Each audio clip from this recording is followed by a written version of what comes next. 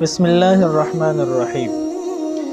که یو سړی قصدن عمدن د ذبح په وخت کې بسم الله الله اکبر اونوي او ذبح وکي، نو آیا دا قرباني وشوه کو نشوه؟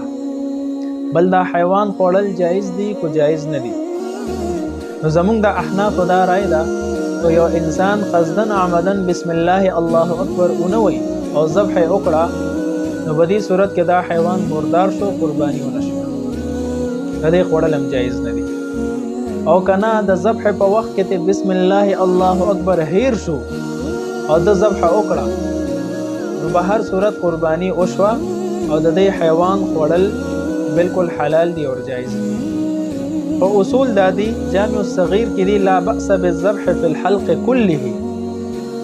که یو انسان د حلق د دې مړی په کومه حصه کې ذبح کوي، دا ټوله حصه د حلق د ذبح دپاره ده، خو بهتره دا ده چې د مړی په دې منځ کې د بالکل ذبح وشي، دا مستحب ده. او اصول دا دي چې د حیوان څلور رګونه وي په مړی کې، دوه د وینې وي، یو د خوراک وي، یو د ساه وي. نو څلور وانه کټ کول مستحب دي او ډېر راحت دی د حیوان لپاره. که یو انسان داسې ذبح وکړي چې درې رګونه کټ شي او یو پاتې شي، هم دا حیوان قرباني وشوه او خوړل جایز دي. که دوه کټ شو او دوه پاتې شو، په دې صورت کې د حیوان قرباني ونه شوه او په دې حالت کې مړ شو، نو دا مردار شو، د دې خوړل هم جایز نه دي. البته آدابو کې زموږ فقهاو لیکلي دي ویستحب ان یحد الذابح شفرته، مستحب دا دي چې ذبح کوونکی سړی دی خپله چاړه ښه تیره کړي، پسه چاړه باندې دی ذبح نه کوي. ځکه نبی کریم صلی الله علیه وسلم فرمایي ان الله كتب الاحسان على كل شيء، الله رب العزت په تاسو باندې احسان او رحم دلی واجب کړی ده په هر څیز باندې. واذا ذبحتم فاحسنوا الذبحه، کله چې تاسو ذبح کوئ ښکلې طریقې سره ذبح وکړئ. وليحد احدكم شفرته وليرح ذبيحته، پکار دا ده چې تاسو کې د هر کس چې ذبح کوي خپله چاړه د ښه تیره کړي او خپل ذبیحې حیوان ته د راحت ورسوي. نو په دې صورت کې زموږ فقهاو لیکلي دي که یو انسان حیوان را سملی، خپې وله تړلي دي او را سملولو او بیا چاړه تیره کوي، نو د دې حدیث په رڼا کې دغه عمل کول مکروه دي، داسې نه دي کول پکار.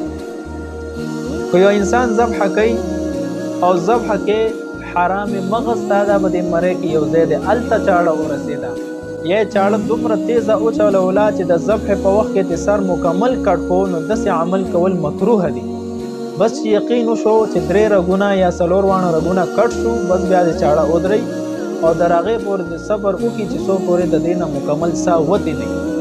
بعض اوقات لیدلی شوي دي چې لاسات مکمل وتې نه او په سرمن اوښکلو باندې شروع وکړي، نو دا دې عمل ته علماو مکروه ویلي، داسې نه دي کول پکار.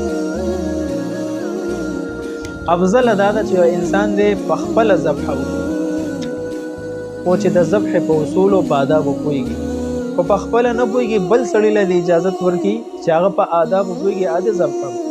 ځکه نبی کریم صلی الله علیه وسلم فرمایي حضرت فاطمه رضی الله عنها ته قومي فاشهدي اضحیتک، ته خپلې قربانۍ ته ودرېږه او د قربانۍ ځای ته حاضره شه، ځکه فانه یغفر لك باول قطره من دمها كل ذنب، ځکه د دې په هرې قطرې سره اولنۍ قطرې سره د انسان ټول ګناهونه معاف دي.